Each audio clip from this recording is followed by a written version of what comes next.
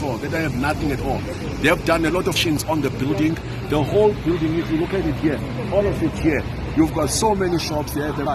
Never been approved by the city at all. Any disaster happen, the city will be litigated. So this building here is closed down.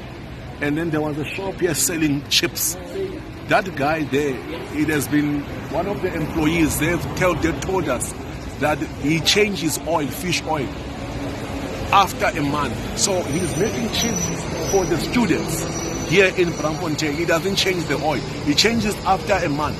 So that shop has been closed. He doesn't have any certificate of it to sell food. So he does not comply with the EMS, with the Fire Brigade Act.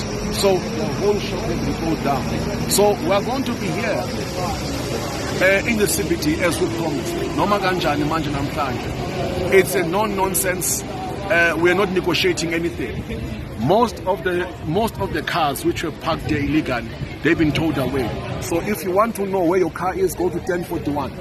There's a JMPD at the CBD 1041. Go to the pound, you'll find your car there. We don't want any illegal parking in the CBD. You park your car illegal, we're going to tow it away.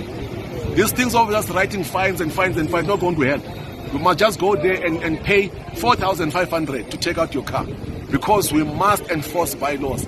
So even these ones here, all these shops here, these spaza shops and these markets here which are illegal are not going to open.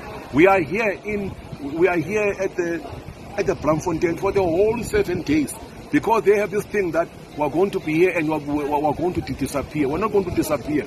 This space will be maintained. When you come to Braamfontein, you must know that here, this is a government precinct and you must comply. So day in, day out, and on our stable issue.